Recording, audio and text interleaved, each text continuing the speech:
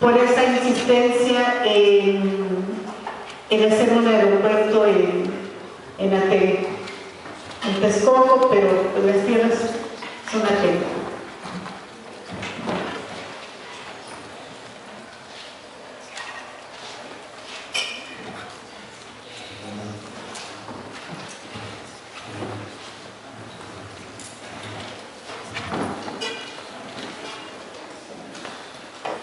Bien, bueno, pues paramos un poco porque recibimos a nuestros compañeros. Les decía, pues, qué bien que tenemos la oportunidad de estar aquí.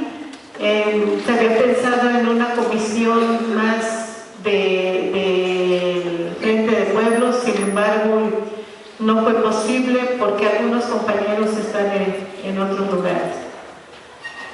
Pues bien, creo que quizás para algunos es sabido el por qué hoy se habla de Atenco, el por qué se conoce Atenco. Quizás otros no, pero la situación que estamos viviendo se debe a que un 22 de octubre del 2001 intentaron poner un aeropuerto, el Aeropuerto Internacional de la Ciudad de México. Sin embargo, pues no se permitió gracias a que el pueblo se levantó y dijo no al arrebato de las tierras. El que nosotros hubiésemos cedido, pues, ¿qué hubiera pasado?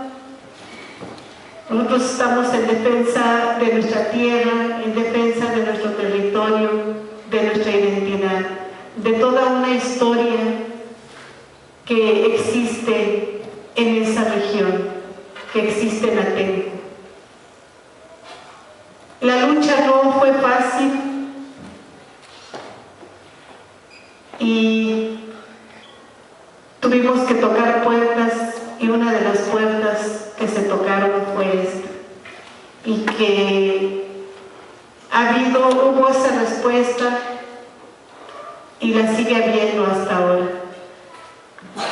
Hubo esa respuesta de la ENA, hubo la respuesta de la UNAM, de todos lados, de todas las escuelas respondieron, pero no solo las escuelas, también los trabajadores, los obreros, campesinos de otros estados, estudiantes, y todos, para todos estaba claro que lo que nos estaban haciendo era una injusticia. La lucha no fue fácil, podemos decir, tiramos un decreto expropiatorio, pero para poder llegar a ese día tuvieron que pasar muchas cosas en el transcurso de ese tiempo. También hubo muertos, como fue nuestro compañero José Enrique Espinosa Juárez, quien a consecuencia de los golpes por parte de la policía falleció. Y bueno, no solo él, tuvimos más compañeros que fallecieron, sobre todo la gente adulta, que algunos se entristecieron al saber que ya había un decreto que significaba el que nos quitaran la tierra, y para muchos dijeron, pues la tierra es mi vida y yo sin ella no consigo vivir. Sobre todo aquellos hombres, mujeres, aquellos campesinos que están la jornada completa en el campo, expuestos a todas las inclemencias del tiempo, pasar por mucho calor, frío, también tuvieron que pasar lluvia, actualmente es lo mismo, de todo, hasta hambre, de estar ahí desde las 5 de la mañana, a veces hasta las 6 de la tarde, porque su vida es el campo para muchos y fue el campo para muchos de los que hoy ya no están con nosotros. Y bueno, pues la reacción de la gente, de las mujeres, de los hombres, de los niños, pues no se hizo esperar. No se hizo esperar y fue tanto el enojo, así como había miedo, también había mucho enojo, y es así que se toman decisiones de la toma de carretera,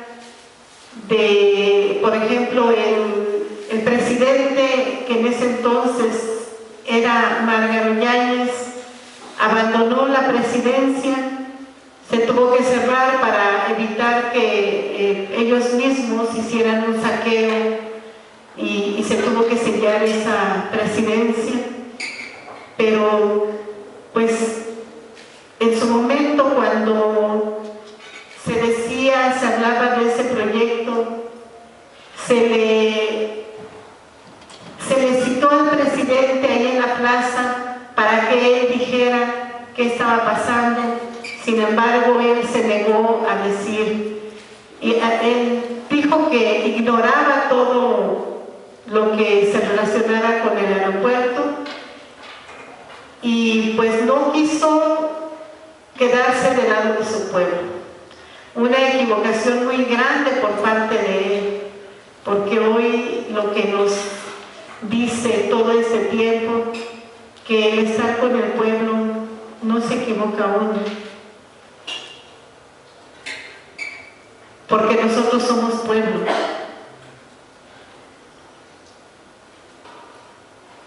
Tuvimos que hacer muchas acciones como marchas, mítines, paros de carretera.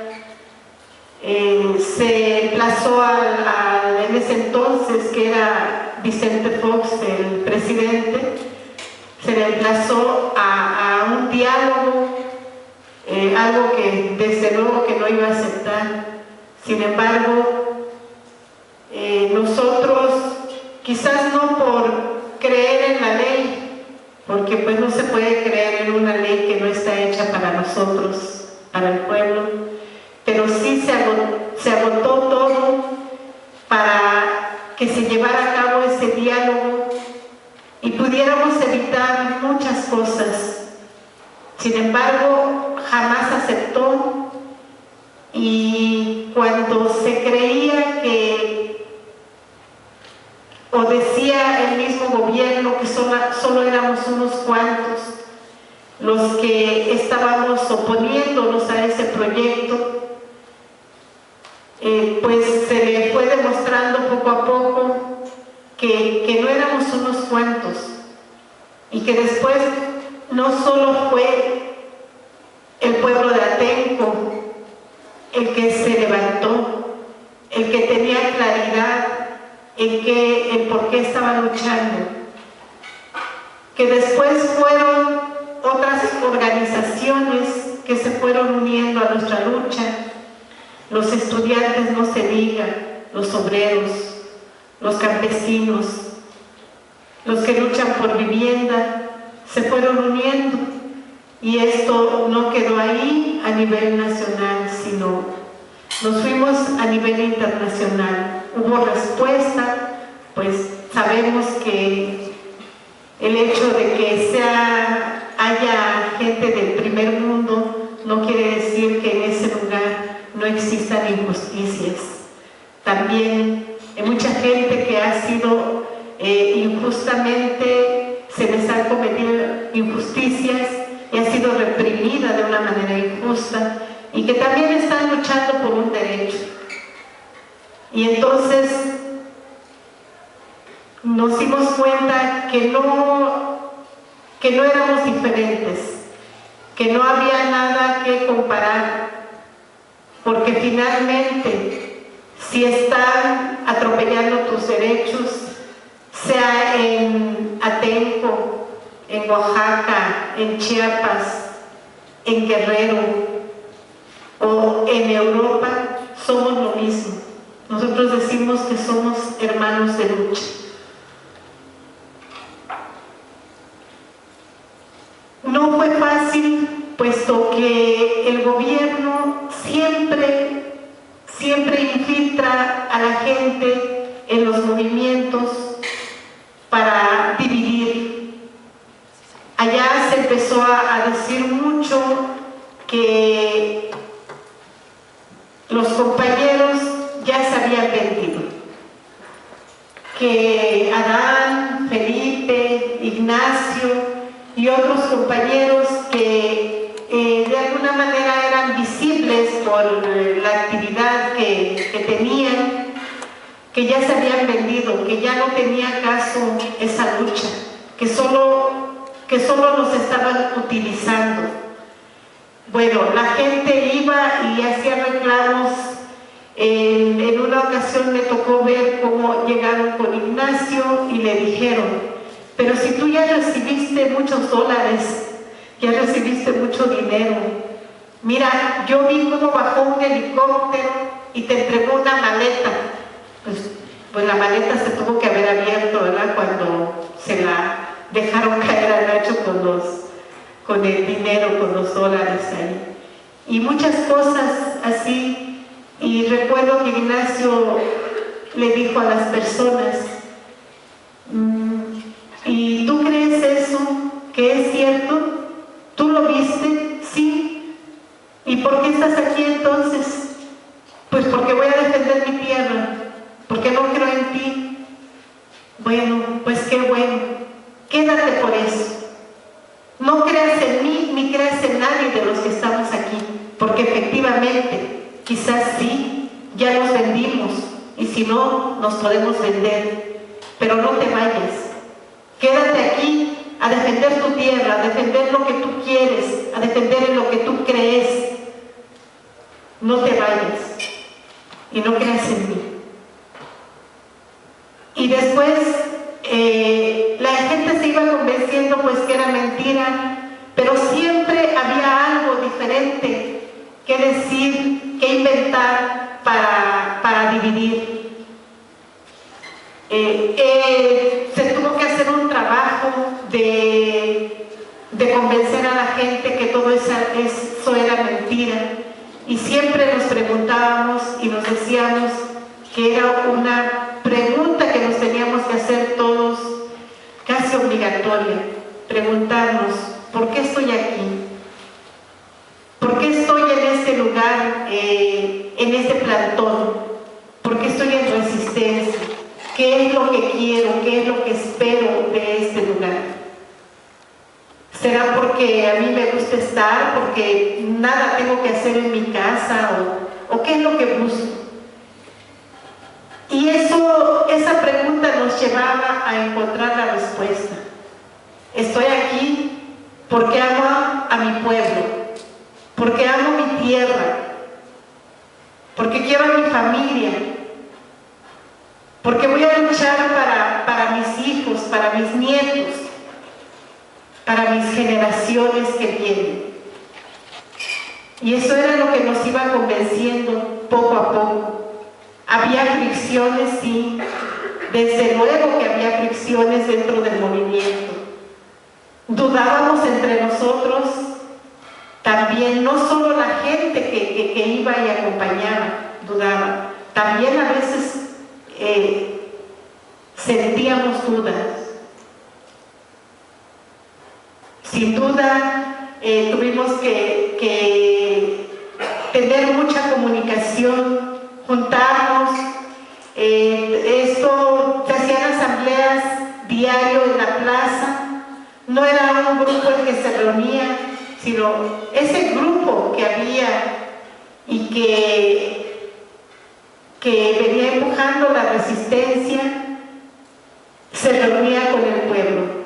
Y el pueblo era el que decidía qué se hacía, Que vamos a hacer una marcha, pues el pueblo que lo decida. Que vamos a ir a parar la carretera, pues el pueblo que lo decida.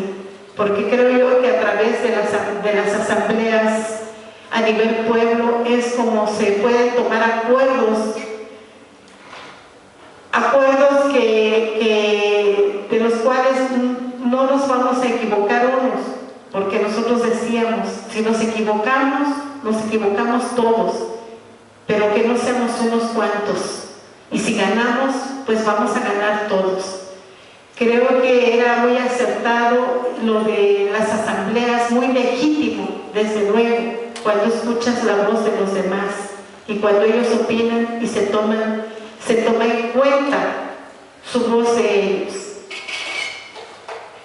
Entonces nosotros seguimos caminando.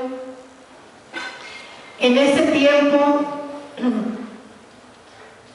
tuvimos que hacer brigadeos también a los pueblos, porque estando muy cerca de nuestras comunidades, también se decía que nosotros ya habíamos aceptado la venta, cuando sabíamos que a través de los comisariados de otras comunidades ya se estaba negociando la tierra. Tuvimos que ir a las diferentes comunidades para que se convencieran de que era mentira y de que lo primero que tenían que hacer era quitar a ese comisariado traidor, supuestamente representante del ejido, que era quien estaba negociando ya la venta de la tierra. Y pues fue un proceso muy importante, porque fue así como la gente de los pueblos también fue despertando y sí quitaban a su comisariado que había aceptado la negociación con el gobierno. Tuvimos que muchos dejar a la familia. Cuando esto sucede, lo del decreto expropiatorio, las familias quedaron divididas.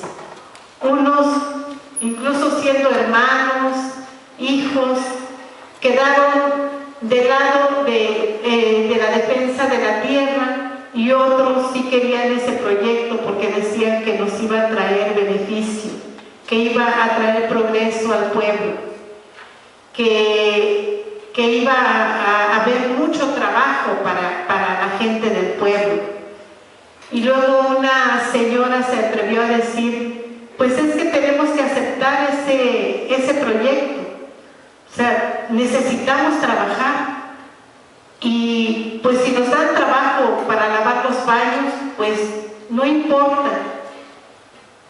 Y la respuesta a esa señora que yo le di, no, mira, yo creo el trabajo de lavar baños es digno, porque mucha gente con ese trabajo lleva el sustento a su casa, lleva de comer a sus hijos. Pero no es justo, y yo no acepto ir a lavar baños, yo siendo la dueña de la tierra, tú siendo la dueña de esa tierra, que te vayas a lavar baños y que solamente de esa manera puedas trabajar y que tengas que entregar tu tierra. No, yo no lo acepto. Entonces, pues así la gente estaba con la idea de que ese proyecto estaba bien porque iba a llevar el progreso a nuestros pueblos. Y bueno, pues el trabajo se siguió haciendo a que no se vendiera la tierra. No fue fácil unificarnos, no fue fácil convencernos o convencer a otros compañeros, pero finalmente, al ver la decisión del pueblo, pues se fueron convenciendo. Y es así como se va creyendo en esa lucha de la defensa por la defensa de la tierra, de Atenco.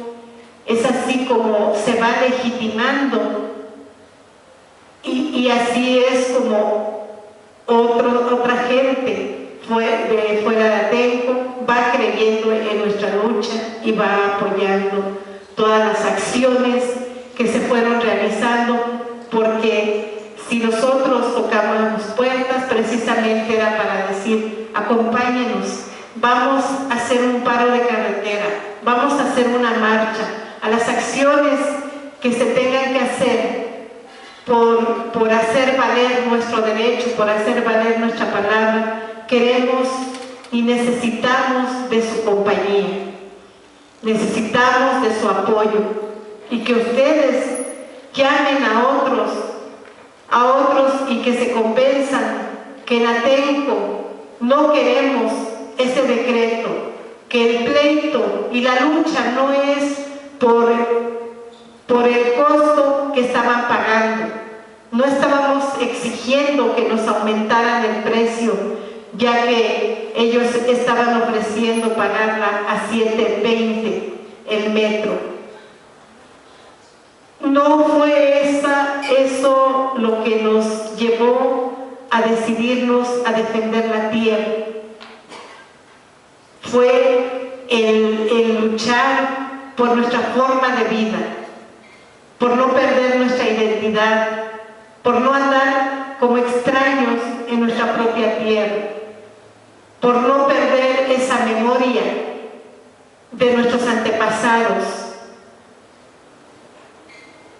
Y algo de lo que nos obligaba más era pensar en nuestra familia, en nuestros hijos. Eso era lo que nos sostenía. Y después nuestra visión se fue ampliando. O sea, ya no solo piensas en tu familia, ya no solo piensas en tu pueblo.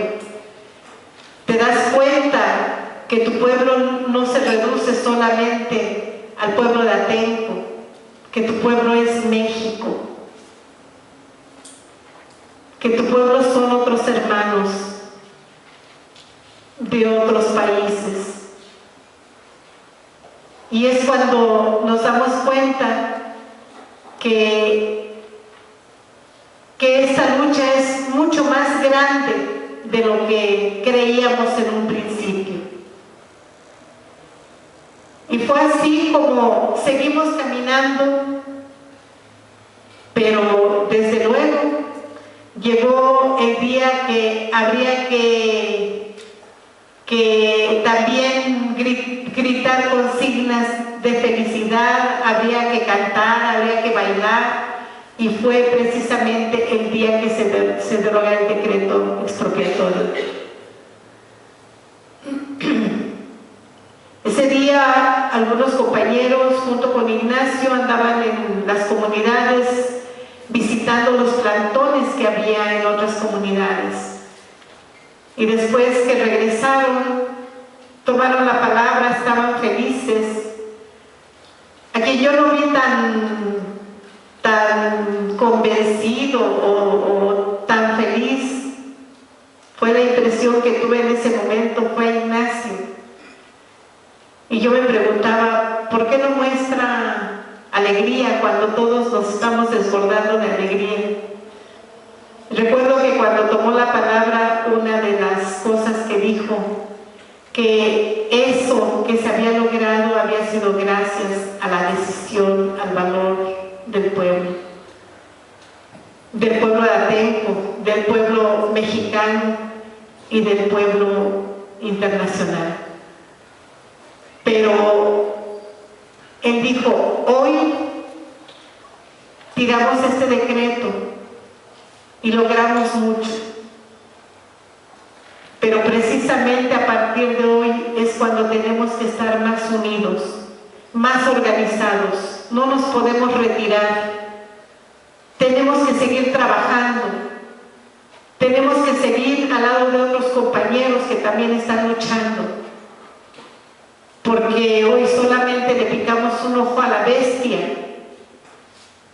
y el día que la bestia se quiera vengar de nosotros y nos agarre solos, pobres de nosotros. Y bueno, pues así continuamos en la lucha por justicia, por una impartición de justicia, y ya que aunque se había tirado ese decreto, había órdenes de aprehensión, averiguaciones previas como para casi 500 personas. Y pues seguimos luchando porque eso se desvaneciera también. No aceptaba el gobierno quitar esas averiguaciones y tuvimos que impedir las elecciones que se iban a llevar a cabo en el 2003, parece. Se tuvieron que impedir esas elecciones y fue así como se obligó al gobierno a que finalmente esas órdenes de aprehensión que ya había para casi 500 personas también se quitaran. Y un 18 de agosto del 2003 se reconoció al Frente de Pueblos en Defensa de la Tierra como gestor regional de proyectos productivos, o sea que podíamos trabajar con la gente de la región. Y pues fue así como seguimos caminando en la lucha por un derecho, pero efectivamente lo que había comentado Ignacio no se hizo esperar, y el 3 y 4 de mayo del 2006 nos reprimieron. Nos reprimieron al Frente de Pueblos en Defensa de la Tierra, pero no solamente fue al Frente de Pueblos en Defensa de la Tierra, sino a todos aquellos compañeros que estuvieron ahí con nosotros, la otra campaña, diferentes colectivos, estudiantes, los maestros, pero entonces fueron más de 207 personas detenidas. Y no solo eso, no solo fue el encarcelamiento injusto y la persecución, sino las violaciones a nuestras compañeras, el asesinato a Javier Cortés y a Alexis Benumea, la tortura que hicieron a nuestro pueblo, no solo física, sino también psicológica, ya que muchos ya no salieron, pero sí estaban viendo desde un televisor cómo estaban llenando de sangre, cómo estaban golpeando a la gente, cómo golpearon a nuestro compañero Jorge Salinas, quienes de una manera cobarde lo masacraron 25 policías, si no es que más. Y es así, compañeros, como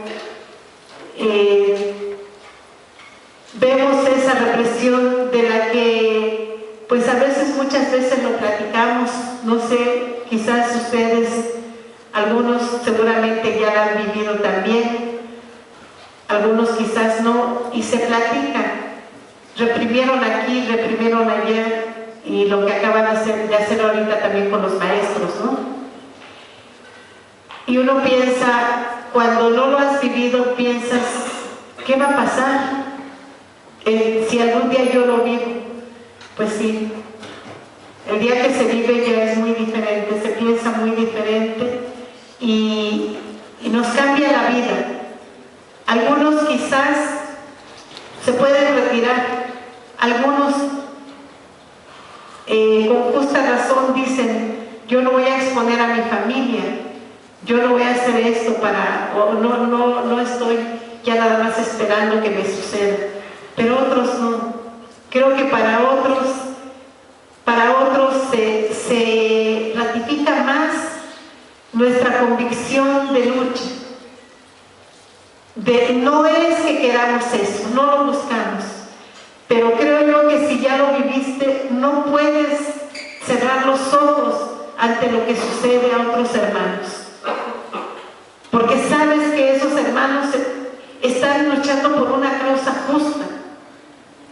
Y no puedes ser indiferente ante lo que sucede. Mínimo tienes que hacer algo por parar esa represión o estar con ellos en alguna acción.